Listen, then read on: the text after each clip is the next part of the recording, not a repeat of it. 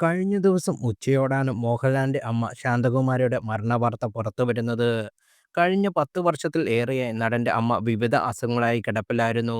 കഴിഞ്ഞ ഒരു മാസമായി ആരോഗ്യസ്ഥിതി വഷളായിരുന്നു. ഷൂട്ടിങ്ങിനും മറ്റുമായി കഴിഞ്ഞ് കുറച്ച് ദിവസങ്ങളായി മോഹൻലാൽ കൊച്ചിയിലുണ്ട്. അതിനാൽ തന്നെ അവസാന നിമിഷങ്ങളിൽ അമ്മയുടെ ഒപ്പമുണ്ടാകാനുള്ള അവസരം നടന് ലഭിക്കുകയും ചെയ്തു.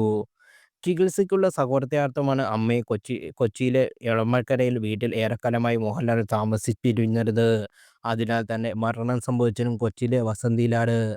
അർദ്ധരാത്രി വരെ എറണാകുളത്തുള്ളവർക്കായി വീട്ടിൽ പൊതുദർശനം ഉണ്ടായിരുന്നു. നിരവധി പേരാണ് പ്രിയനടന്റെ അമ്മയ്ക്കായി ആദരാഞ്ജലികൾ അർപ്പിക്കാൻ എത്തിയത്. സിനിമ, സീരിയൽ, രാഷ്ട്രീയ രംഗത്ത് നിന്നുള്ള പ്രമുഖരെല്ലാം ഒഴുകിയെത്തിയിരുന്നു. അക്കൂട്ടത്തിൽ സോഷ്യൽ മീഡിയ താരവും മുൻ ബിഗ് ബോസ് മത്സരാർത്ഥിയുമായ രേണുസുധിയും ഉണ്ടായിരുന്നു. രാത്രിയോടെയാണ് സുഹൃത്തിനൊപ്പം കൊച്ചിയിലെ മോഹൻലാലിന്റെ വസതിയിൽ ശാന്തകുമാരി അമ്മയ്ക്ക് രേണു ആദരാഞ്ജലികൾ അർപ്പിച്ചത്.